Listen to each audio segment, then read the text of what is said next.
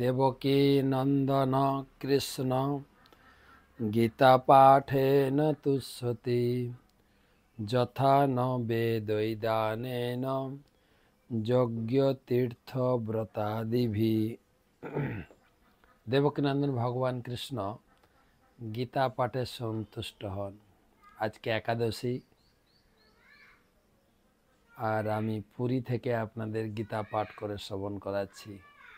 মহাপুণ্য ভগবান জগন্নাথ আমাদের উপরে সন্তুষ্ট হন। গতকালকে জগন্নাথ গুন্ডিচা ছেড়ে চলে এসেছেন। আজকের গীতা পাঠ ত্রয়োদশ অধ্যায় 35তম শ্লোক। ক্ষেত্র ক্ষেত্রজ্ঞ গয়োরেবম অন্তরম জ্ঞান চক্ষুষা ভূত প্রকৃতি মোক্ষম চ যে বিদুর্জান্তি তে পরম। ক্ষেত্র ক্ষেত্র গয়োরেবম অন্তরম জ্ঞান চক্ষুষা ভূত প্রকৃতি মোক্ষম চ যে বিদুর্জান্তি তে পরম।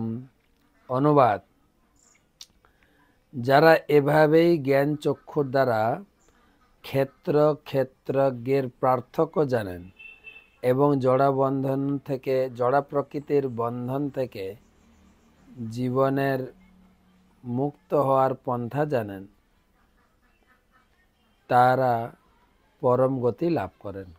এই অধ্যায়ের শেষ শ্লোক ভগবান সারাংশ টানলেন। তিনটা জিনিস পরিষ্কারভাবে জানা চাই: দেহ, আত্মা এবং ভগবান। তিনটে এক জিনিস নয়। তো জ্ঞান চক্ষুর দ্বারা জানতে হবে। আমাদের ছোটবেলায় আমরা পড়েছি একে চন্দ্র, দুয়ে পক্ষ, তিনে নেত্র। তিনটা আমাদের নেত্র।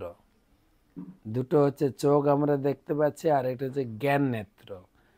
তাই ভগবত গীতা জ্ঞান অধ্যয়ন করে দেহ এবং আত্মার পার্থক্য জানতে হবে এবং ভগবানকে সেটাও জানতে হবে। সব গুলিয়ে ফেলে হবে না।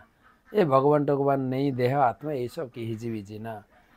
জ্ঞান চক্ষু অনুমিলিত করে গুরুদেবের কাছ থেকে এইসব তত্ত্ব হৃদয়ঙ্গম করতে হবে যে আমি দেহ নই, আমি আত্মা, আমার উচিত ভগবানের সেবা করা, ভগবানের সেবায় যুক্ত হওয়া, ভগবান পরম মঙ্গলময়, হরি যা করে আমাদের মঙ্গলের জন্য।